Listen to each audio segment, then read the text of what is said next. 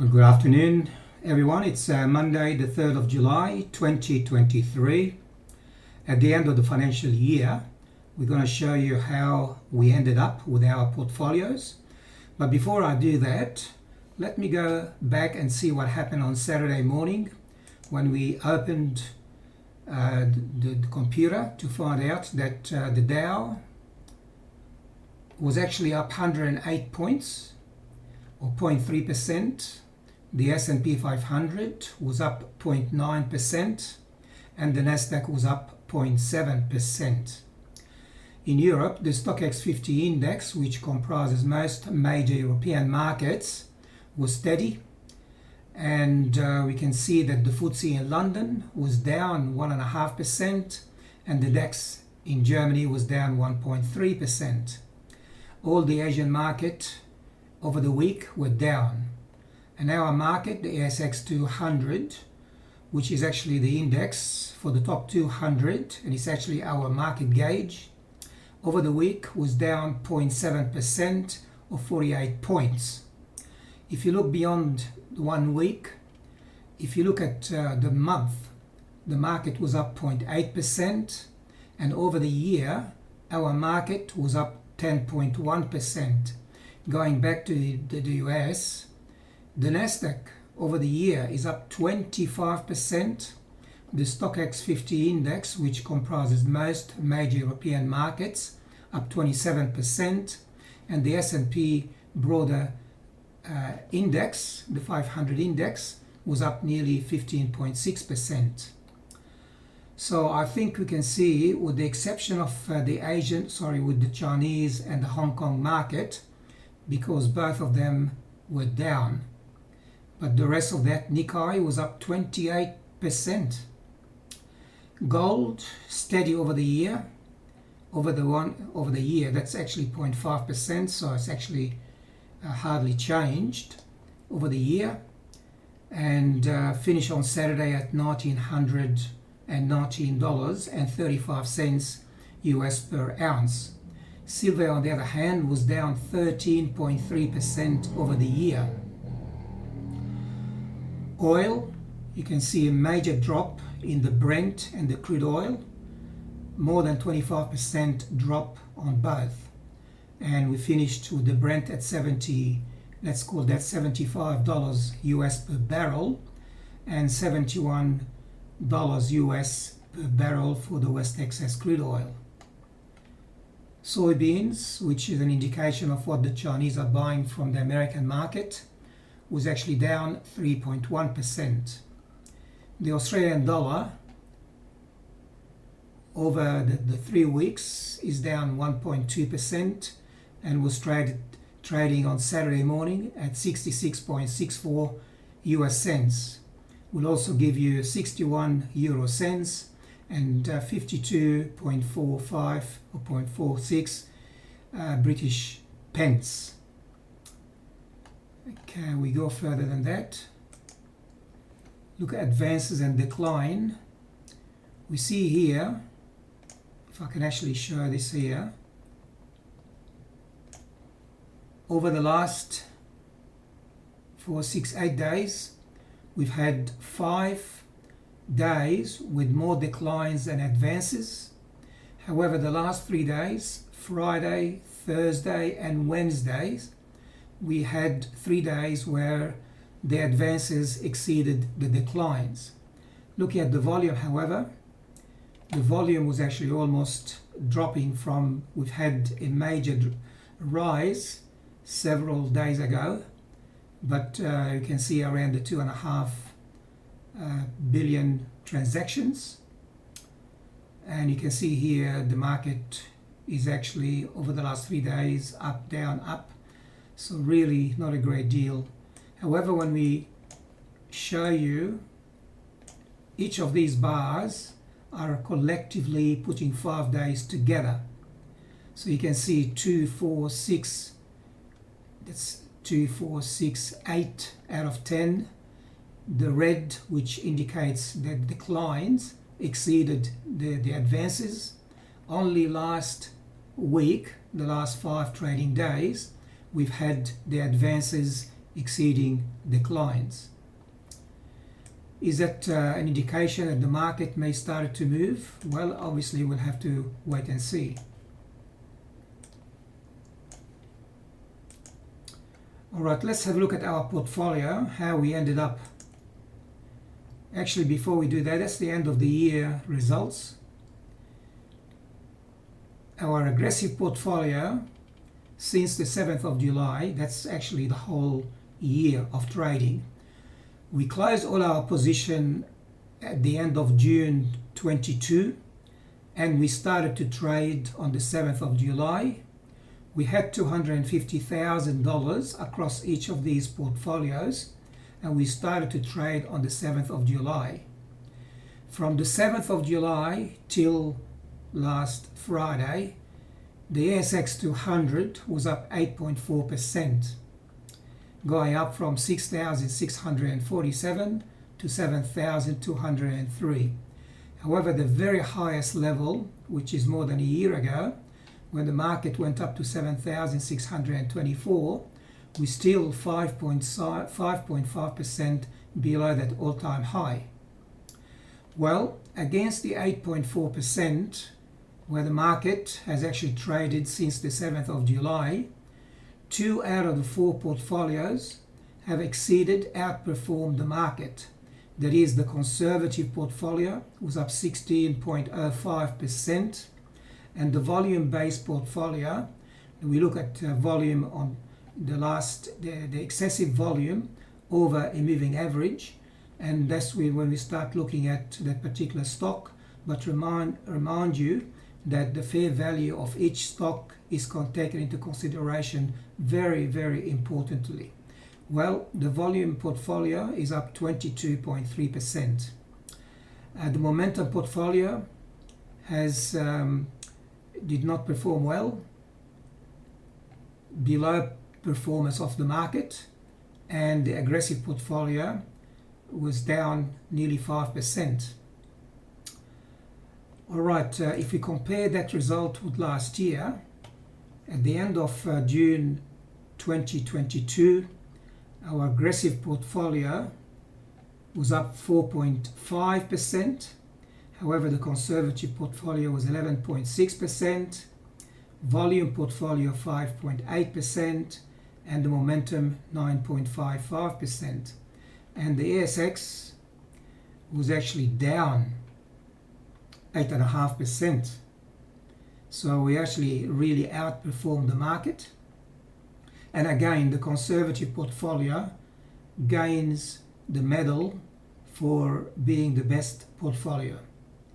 So that's the message for us. I guess you can say that the conservative portfolio sometimes can outperform the aggressive portfolio. So again, these are the figures I've showed you before, where the volume was 22.2 and the conservative portfolio was up 16.5. The American market, as a matter of interest, sorry, we go back here.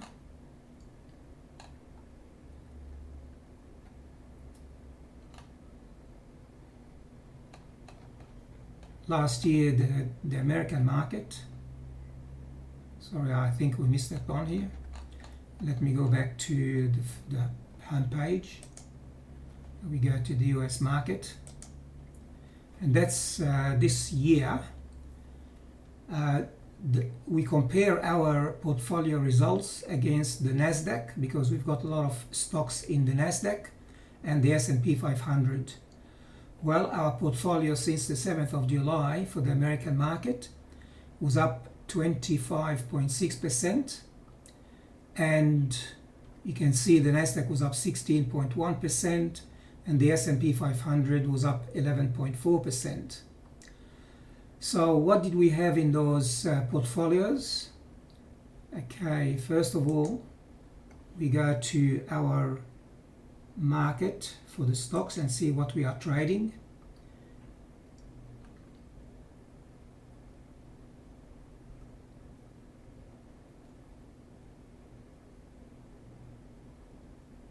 So the best performance in the conservative portfolio, well, let me go to the volume base because that's the best one, 22.26%. We made a lot of money on Temple Webster, and we made a lot of money on Live 360. Again, how did we pick those two stocks? Well, we look at excessive volume over the week or over the day, the last day, and compare that volume with the last 50 days or 50 week moving average volume. And if the last volume exceeds the moving average over 50 days or 50 weeks, then we started to be interested in that particular stock, and provided the fair value is actually above the last price, then we take that into consideration. So for instance, if I look at Temple and Webster, the last price was $5.80. Actually was down on Friday by 1.7%. However, when you look at the fair value, Temple and Webster, they reckon the fair value is $6.02, so are very, very close to the top, and that's why we maintained Temple and Webster. Live 360 trading at the moment, the last price was $7.60, was up 3.8% on Friday, and the fair value is $10.80. We still have 42% extra value above the last price, and that's the reason why we're hanging on to it.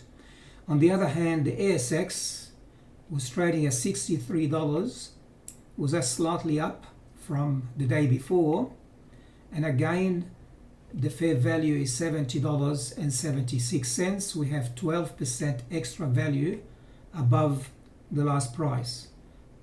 So again, we take into consideration the fair value as an important part of our trading. All right, get back to the conservative portfolio where we made 16.05%.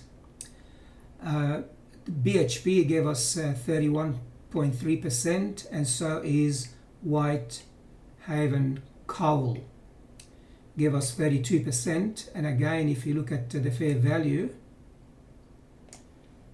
Whitehaven Coal trading at $6.71, the fair value is $12.45, and BHP trading at $44.99, and we're very close to that level. It's only 4% extra value above the last price. Again, I'm going through this fairly quickly, but remember, I'm going to give you this whole document, and you can actually go through it page by page in your own time and absorb all those numbers, provided you actually contact us. I'm going to give you our contact details at the end of this presentation, so be tuned. All right, let's now go to most active over the week. Collins Foods was up 24% over the week, went up from $7.94 to $9.83. And again, we look at the fair value, the most important thing, which is $10.40. That's the average. We take into consideration several platforms, several models to look at the fair value, and we come up with an average. So for instance, here we have a fair value of $9.93 in one of the platform, $9.56 on another platform, and $11.65, and giving us an average of $10.40, which is, again, we have only 6% extra value above that last price. So do we actually are concerned about Collins? No, I don't think we're going to trade Collins. We haven't got it at the moment, but it popped up on the weekend when we looked at all the stocks that had activity over the week. If I go down this list, we have here 314%, 3 times the fair value over the last price. Which stock is that? Adairs. Adairs was trading at $1.58. and the average fair value, as you can see here, is, sorry, where are we? It is, yeah, it's $2.79. 3 times $4.95 is the fair value, and I reckon the target is $2.59. Alright, okay, Temple and Webster, which we are trading and we're making a lot of money over the week, went from $5.04 to $5.88. It's a consumer discretionary in retailing, and again went up by nearly 17% over the week, and the fair value for Temple and Webster is $6.40. We only have 9% extra value, so that's the reason why we're now very close to the point where we decide whether we hold it or sell half or close it completely. So we have to make a consideration in this. Actually, the target price was $4.75 and it closed at $5.88. Again, so I'm just going fairly quickly through the various activities. So we've got several companies here that had some very good return. All these companies here had more than 10% increase over the week, as you can see here. The worst one was Calix, Domain, The Star Entertainment, and so on. And as I mentioned, I'm going to give you this whole thing at the end of the presentation. All right, most active daily, that's the daily. If we showed you the weekly, Red 5 went from 18 cents to 19 cents, went up by 5.6% on Friday. That's one big jump in the price. Again, materials. And again, we look at the fair value of Red 5 and we find the average is for 47.5 cents. So that's a big jump. Again, remember, these fair values change every day, and we have to really go and revisit this fair value, because at some times we may find that the fair value can change quite a lot based on certain announcement or release of certain results. Metal, 29 Metals was up nearly 5%. Downer EDI was up 4.3%, and Deep Yellow. And the reason why this is painted yellow is because 2 days in a row Deep Yellow rose. Adairs, on the other hand, is painted blue because 3 days in a row rose. So even though it went on Friday from $1.52 to $1.58, it rose the day before and the day before as well. All right, okay, now the last thing I'm going to show you is volume. This actually shows you how we actually trade. We look at companies, and the top 50 ASX, we had nothing here that showed extra volume. However, on the downside, CSL was slightly down on Friday, 0.25%. It's only slight change. However, here the volume on Friday was 846,000 transactions.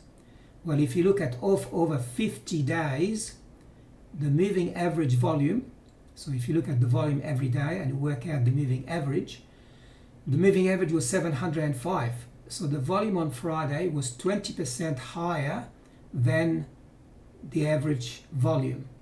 Again, the first thing we're going to look at, it's trading at $2.78 and the fair value is $2.83, so only 2% extra value, so it's not really of major concern to us. In the mid cap, Unibail Rodamco Westfield, the price went up by 3.2% and the volume was nearly more than 2.2 times the moving average. So on one day the volume was excessive.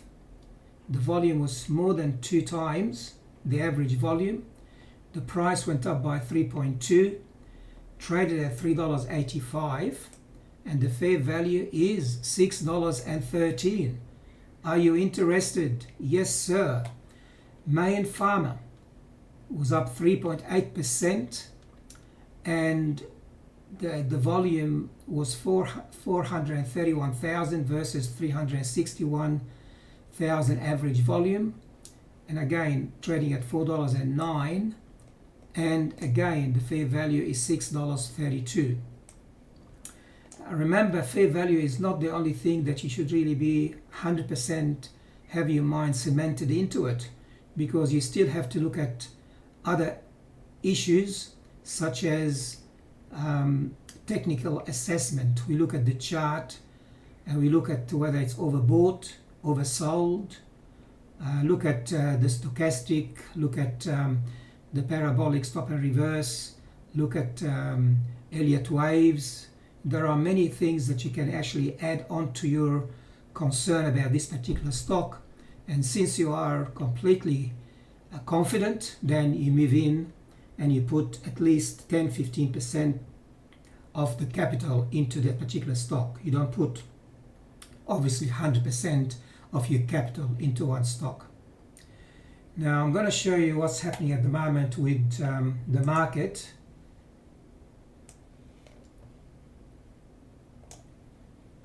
Okay, we go to ASX 200 and see what happened today in our market.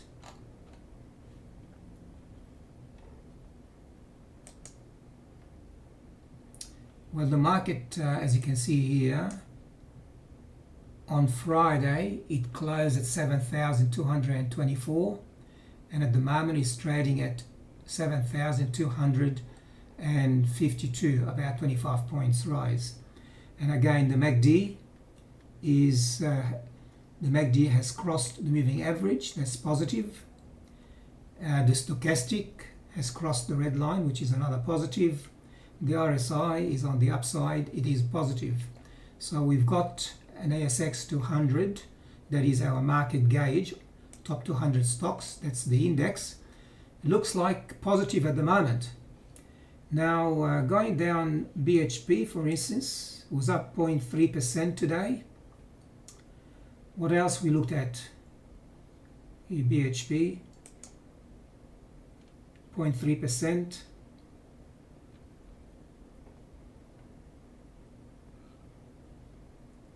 Adair's actually, as I mentioned before, was actually 3 days up. It's not showing here. Why? Let's put it on.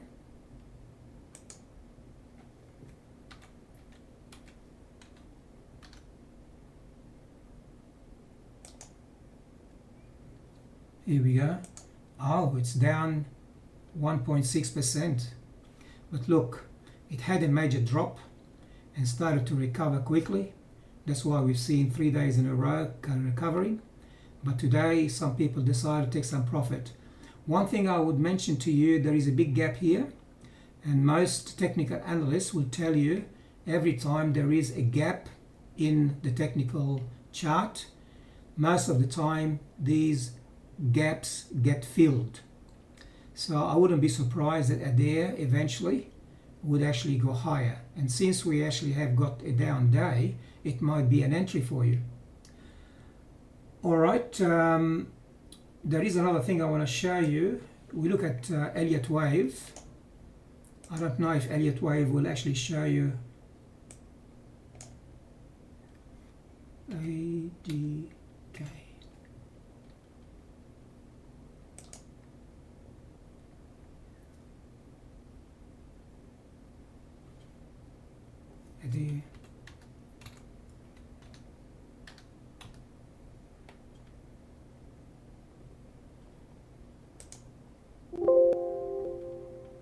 Why not? Can find United States, that's Australia. Search ADH. Alright, so that's now the chart. Okay, Adair is where it is at the moment. They reckon Adair is likely to go up to $2 from where it is at the moment, $1.60. And then there is, according to the Elliott wave, it dropped down below $1 to $1.05, and that may happen around October.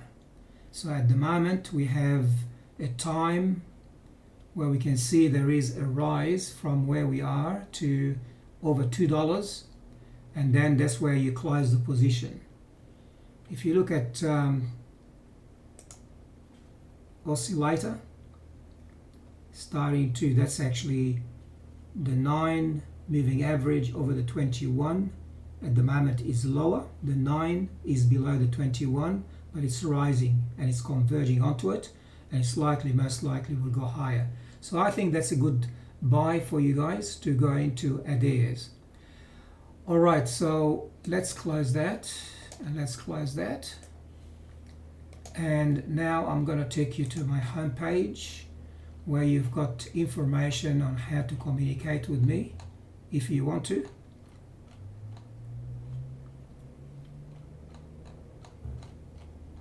Where are we?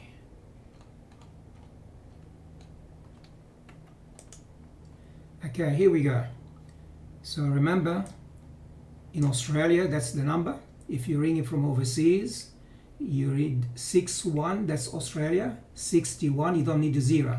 61-411-259526. If you're ringing from Australia, of course, without the 61, you don't need the country. You need to ring 0411 259526. Or you can send me an email to george@fs stands for full service, fssecurities.com.au. Happy trading. Remember to trade wisely and safely, and have a fantastic week.